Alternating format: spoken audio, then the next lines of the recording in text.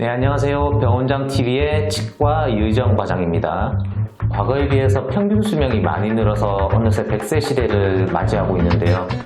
많은 분들이 100세까지 건강한 치아를 가지고 살고 싶어 하십니다. 그러나 여러 원인에 의해서 틀니나 임플란트를 해야만 하는 경우도 많은데요.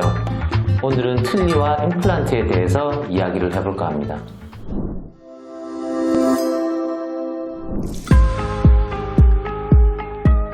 네, 틀니란 우리 치아와 잇몸이 상실되었을 때 그 저작을 하고 심미적인 결손을 회복하기 위해서 입안에 넣고 끼웠다 뺐다 하는 치과 보철물을 말합니다. 이때 틀니라는 것은 치아만이 아니라 그 상실된 잇몸까지를 같이 수복하는 보철물이다, 이렇게 생각하셔야 되고요.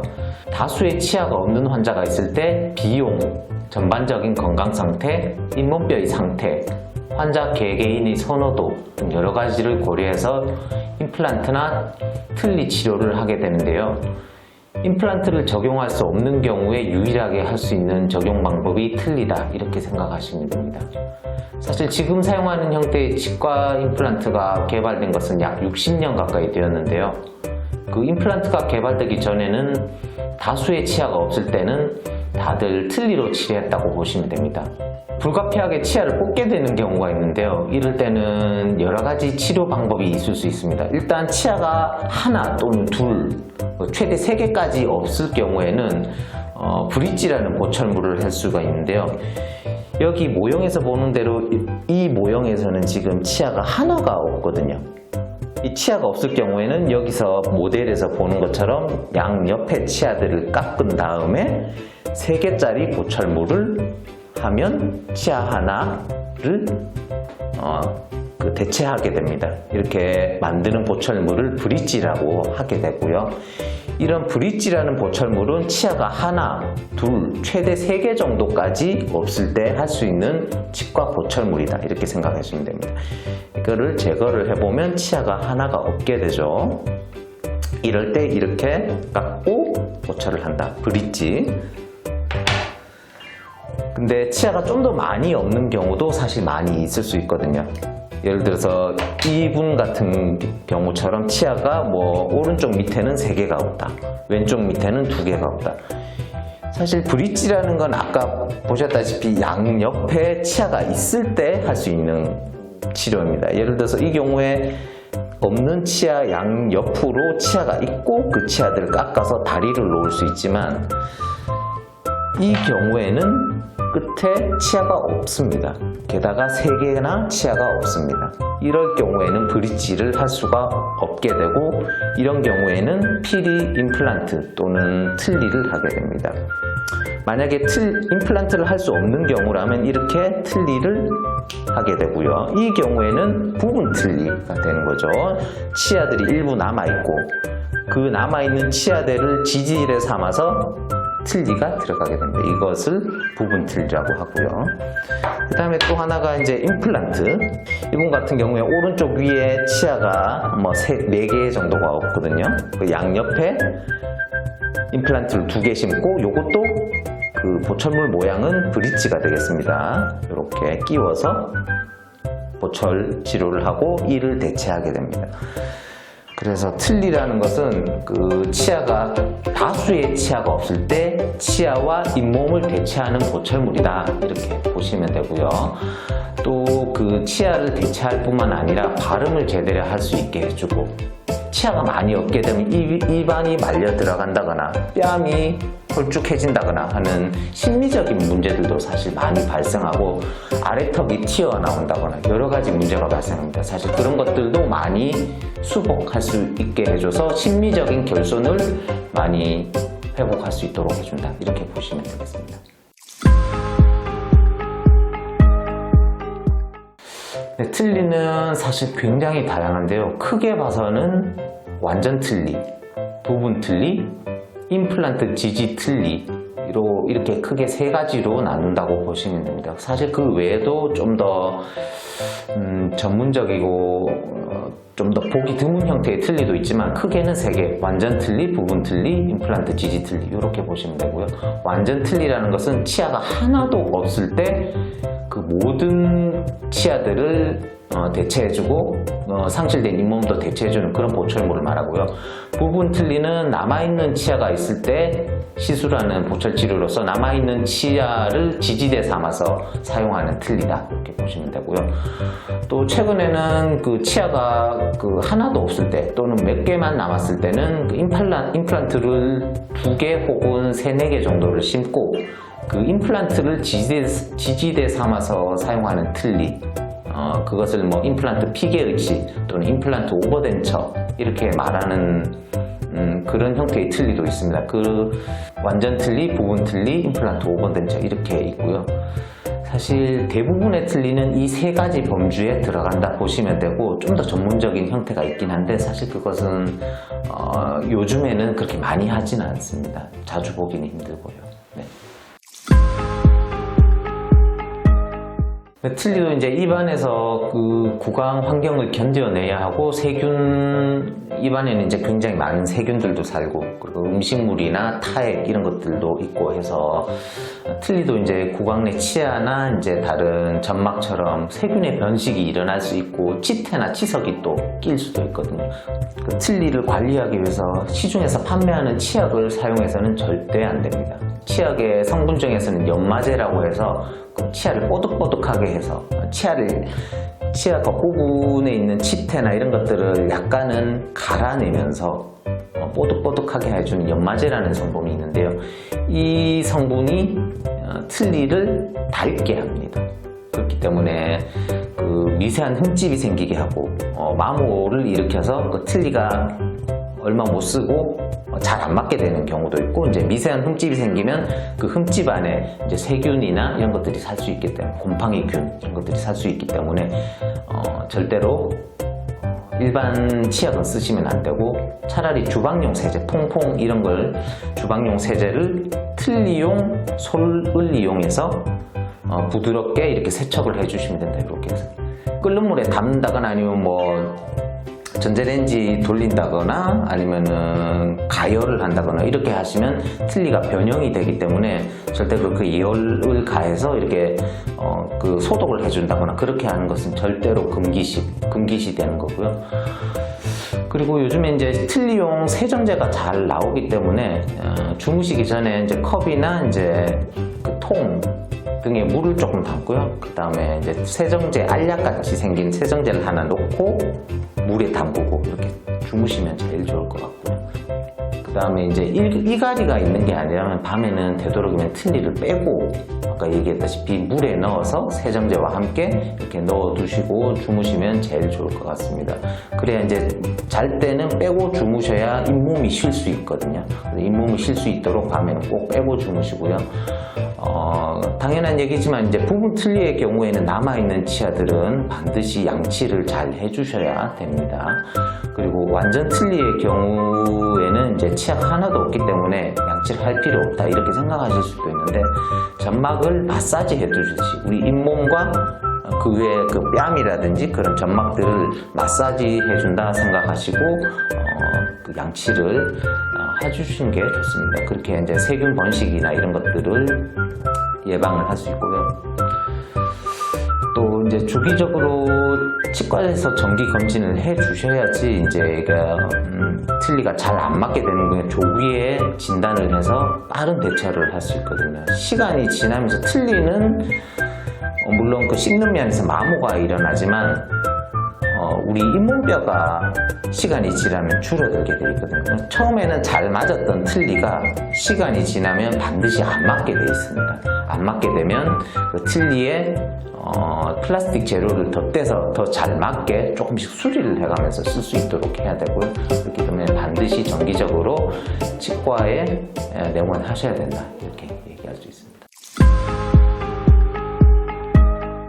임플란트라는 건 우리 신체에 삽입하는 매식체를 모두 임플란트라고 합니다. 그러니까 꼭 치아를 대체하는 인공 매식체뿐만이 아니라 어디 뭐 얼굴이라든지 귀라든지 뭔가 크게 결손이 있을 때 뭔가 대체하는 그 보형물, 그걸 모두 임플란트라고 합니다. 그건 사실 뭐 귀일 수도 있고요, 아니면 다른 뭐 가슴 보형물일 수도 있고, 아니면 다른 어딘가에 뭔가가 우리 신체에 뭔가가 부족해서 뭔가를 심는다, 그것은 모두 임플란트인데, 사실 요즘에는 대체로 치과 임플란트를 말하는 것 같습니다. 그래서 대중적으로는 임플란트 하면은 치과 임플란트, 인공치아, 이렇게들 다들 알고 있고요. 사실 그 현대적 개념의 임플란트는 아까 얘기했다시피 대략 60년 전에 개발했는데, 스웨덴의 이제 브레네막이라는 치과 의사분이 개발을 했고요. 그 개발에 영감이 되었던 것은 사실 최초는 그 정형외과 매식체거든요. 그 정형외과 매식체를 토끼의 다리에 심었더니 그게 시간이 오래 지나면서 제거가 되지 않는다. 그 매식체와 뼈는 붙는구나. 이거를 치아에 적용해보면 어떨까? 최초에는 정형외과에서 있었던 것이 이제 치과로 이렇게 옮겨온 것이거든요. 그래서 모든 매식체는 임플란트인데, 요즘에는 대체로 치과용 임플란트를 말하는 것이고요. 사실 치아를 불가피하게 뽑게 되는 경우에 그것을 대체하는 것은 아까 얘기했다시피 이런 틀니도 있고 브릿지도 있고, 하지만 요즘엔 좀 더 임플란트를 많이 선호하는 경향이 있습니다. 임플란트라는 것은 그 치아가 없는 부분에 여기 모형에서 보여주는 대로 이렇게 나사같이 생긴 것을 심게 됩니다. 드릴로 뼈에 구멍을 뚫어서 이렇게 나사같이 생긴 것을 심고 그 위에 기둥을 세우고 최종적으로 일을 해놓는 이런 치과 보철물을 임플란트라 한다, 이렇게 생각하시면 되고요. 빠진 치아, 없는 치아를 대체하는 치과 보철물이다, 이렇게 생각하시면 되고, 한국에서는 이제 2000년대 이후에는 굉장히 대중화되어서 이제 뭐 임플란트라고 하면 모르는 사람이 없다, 이렇게 생각하시면 될 것 같습니다.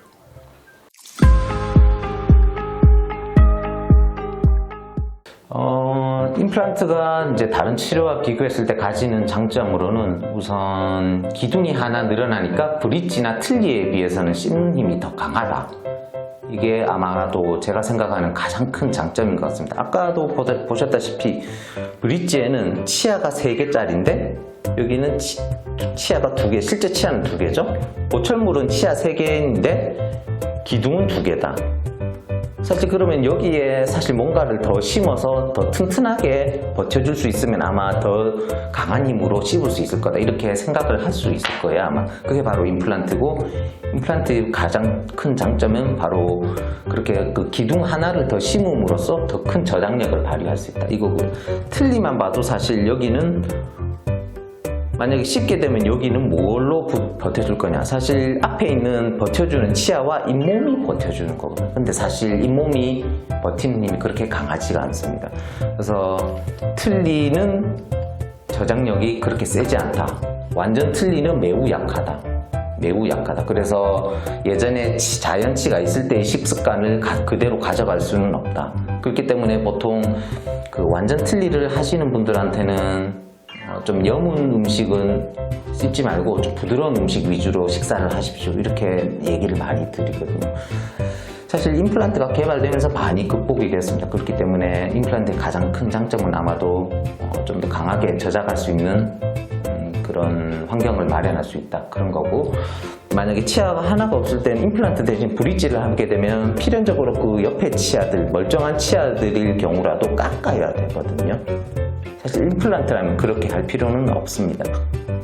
임플란트라면 그렇게 할 필요가 없기 때문에 주변 치아들을 깎지 않아도 된다는 점, 그것도 또 하나의 장점이고, 사실 그런 장점이 있기는 하지만 또 단점이 있는데요. 임플란트는 수술을 해야 되기 때문에 수술이 불가능한 환자분들께는 시술이 불가능하다. 수술이 왜 불가능한가? 그 혈전 용해제라든지 이런 약을 먹고 있는 분들은 사실 출혈 문제 때문에 수술을 할 수가 없습니다. 이렇게 출혈 문제가 있으면 그 임플란트 시술을 하고도 피가 안 먹기 때문에 이렇게 수술적인 치료는 할 수가 없게 되고요. 그런 분들은 필연적으로 브릿지나 틀니를 할 수밖에 없습니다. 또 임플란트의 단점이라면 치료 기간이 아마 브릿지나 틀니보다 조금 더 긴 경향이 있습니다. 특히나 임플란트를 하게 되면 뼈 이식을 많이 하는 경우가 있는데요. 뼈 이식을 많이 하게 되면 4개월에서 최대 10개월 이상까지도 치료기간이 필요하거든요. 뼈 이식을 아주 많이 하는 경우다. 그러면 최대 10개월 이상까지도 치료기간이 길어지기도 합니다. 그렇게 된다면 사실 브릿지나 틀니에 비해서는 치료기간이 훨씬 길어지게 되고 또 다른 면으로는 음식물이 낀다는 단점이 있습니다. 여기 모형에서도 보시다시피 이게 사실 나사인데 사실 치아 모양은 여기 만약에 큰 어금니라면 뿌리가 2개 있는 형태거든요. 혹은 3개가 있는.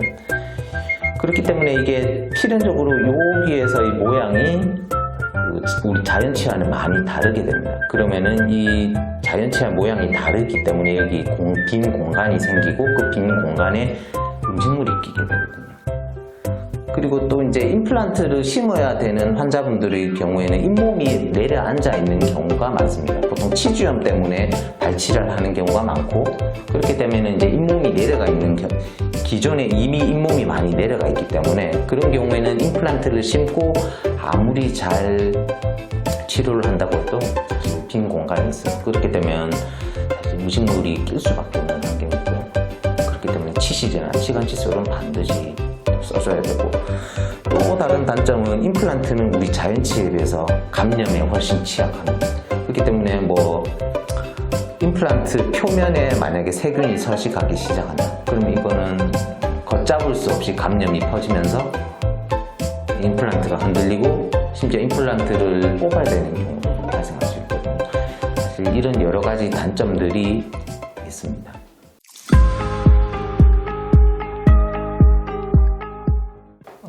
임플란트의 부작용으로는 아까도 간단히 설명드렸는데 뭐 감염, 임플란트의 파절이나 탈락, 또는 턱의 감각 상실, 음식물이 끼는 현상, 나사 풀림, 티타늄 알러지 등 사실 상당히 많은 편입니다. 사실 임플란트라는 건 여기서 보다시피 아까 임플란트, 기둥, 보철물 이렇게 되어 있는데 이 기둥과 임플란트는 나사로 조여서 연결이 되는 형태입니다. 근데 이 나사 안에 있는 나사가 부러지기도 하거든요.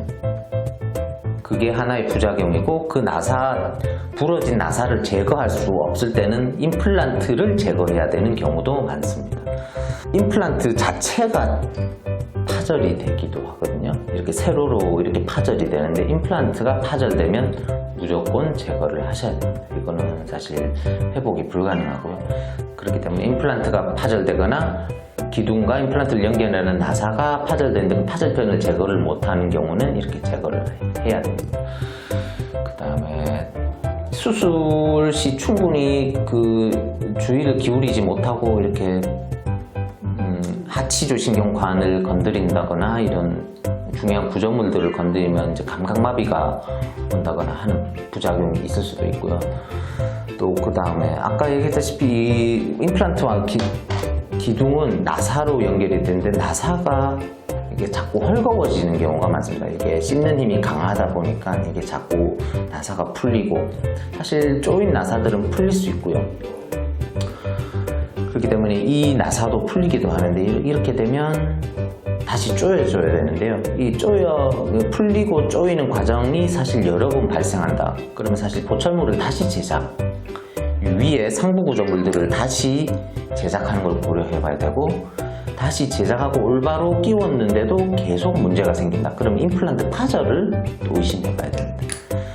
그런 부작용들이 있고 또 뭐 음식물이 끼는 현상이 아까 설명했다시피 음식물이 끼는 현상이 발생할 수 있는데 그것은 사실 치과 의사가 아무리 노력을 해서 그거를 예방을 한다고 해도 어느 정도는 불가피한 측면이 있거든요.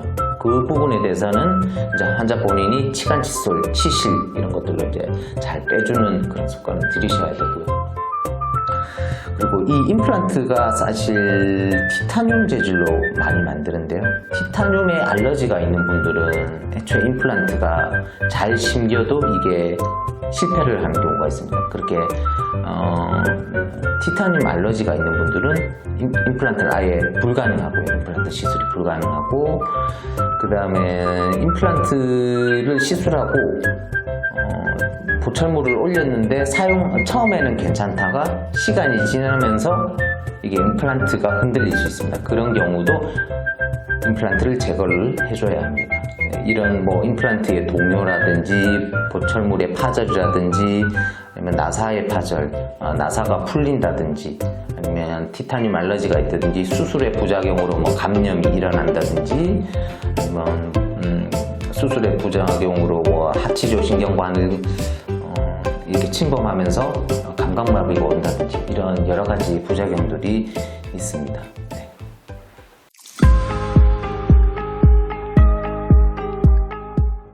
네. 틀니와 치아 임플란트 등의 기술이 좋아지고 있다고는 하지만 원래 내가 가지고 있는 자연 치아보다는 더 좋을 수 없다는 것들이 사실 모든 치과 의사들이 동의하고요. 사실 모든 연구 결과에서 자연 치가 임플란트, 브릿지, 그 어떤 보철물보다도 자연 치가 더 좋다라는 것이 사실 모든 연구에서 증명이 됐고요. 그렇기 때문에 자기 치아가 있을 때 잘 아끼고 잘 관리하고 잘 치료받을 수 있도록 이렇게 해야 될 것이고요.